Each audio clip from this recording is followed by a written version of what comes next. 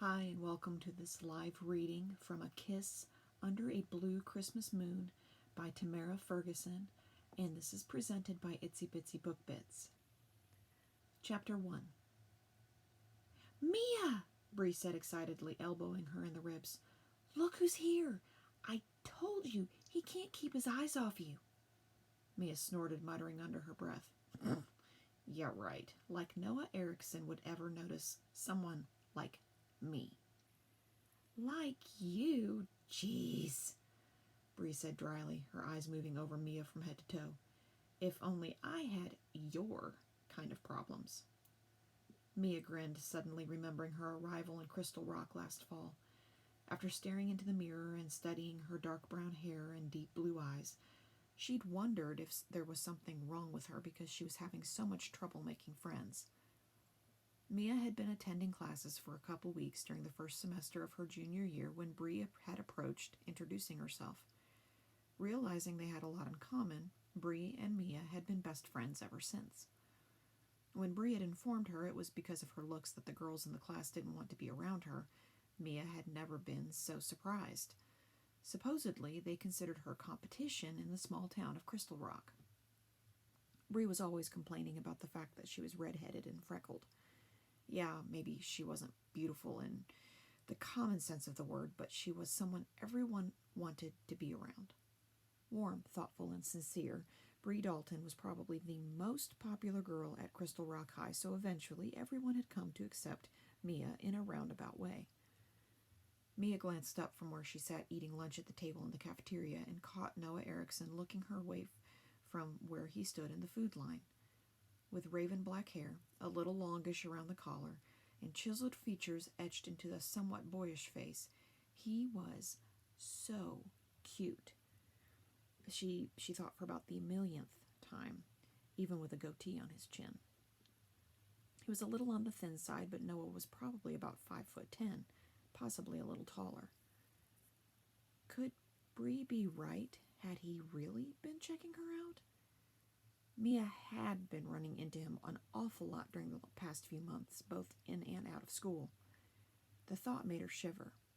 Noah was a senior, just about ready to graduate. She didn't know much about him except for the fact he wore an earring and drove a Harley, and most of the guys in her class considered it cool because he obviously had independence. Mia sighed in resignation. What was she thinking? Even if he wanted to take her on a date, her dad would definitely not approve. When she stood up, Bree was looking at her curiously. Mia blinked. What? Bree grinned. You like him? I don't know him, Mia muttered, stomping away from the table with the cafeteria tray in her hands. What do you want to know? Bree asked, grinning.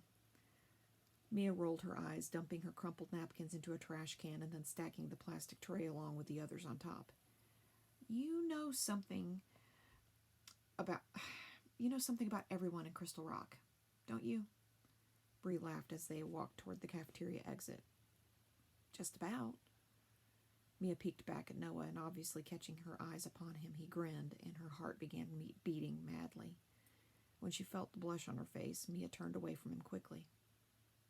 Although Bree appeared to be watching the exchange with extreme interest, she didn't say a word. Mia nudged Bree with an elbow as they walked through the hallway past their lockers. All right, tell me about him. He moved here about 4 or 5 years ago, and he lives with his grandparents. Mia halted. Huh? Bree stopped beside her and continued. Apparently he's lost both parents. I don't know much about that. He's originally from out east somewhere. Mia frowned. Oh, that's terrible. Yeah, it is, Bree answered, but his grandparents love him to death. Mia blinked. Really? Bree grinned. Yep, it's kind of amazing how close the three of them are. He runs errands for them, picks up groceries, and even works a few jobs to help out. His grandfather is a disabled veteran, and they weren't exactly financially prepared to take Noah in, but Mom said they didn't even hesitate. Mia shook her head dazedly. That was kind of sweet. The guy looked dangerous, so it was the last thing she'd expected to hear. Well, summer was almost here, and Noah would be graduating in less than a week. What would be the use of encouraging him anyway, even if he was as interested in her as Bree seemed to think? Bree peeked through the window into the classroom where everyone was preparing for their test. Are you ready for the exam? I better be if I plan on making music my career. Opening the door for the classroom so that she and Mia could go inside, Bree said, I've never met anyone like you, Mia, who knows exactly what you want to do with your life. I took music theory just because I needed to fill in for an extra class. Well, I don't know exactly what I want to do, but I'm really hoping that going to music camp this summer will give me an idea. I still don't know who the other person accepted from here in town is.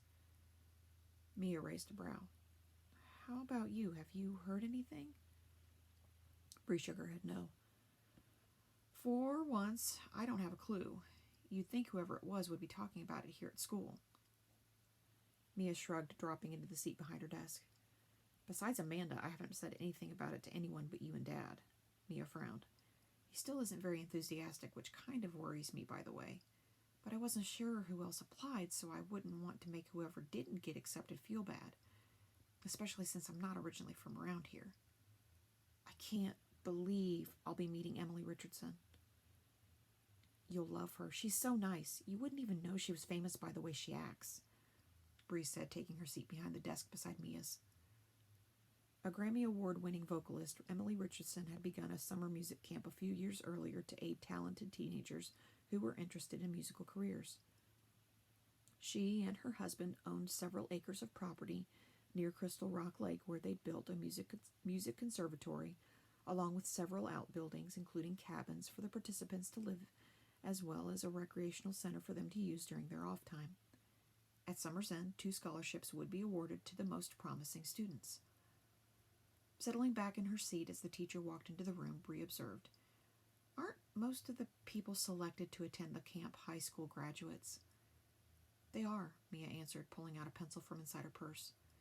When I was interviewed, the girl who spoke with me liked the fact I was considering teaching. Most of the kids who apply have the crazy idea they're going to become overnight sensations. Bree's smile was rueful. I'll bet. When the teacher cleared her throat and began handing out tests to the students, Bree dug into her backpack for a pencil while Mia focused on the questions, settling back in her seat.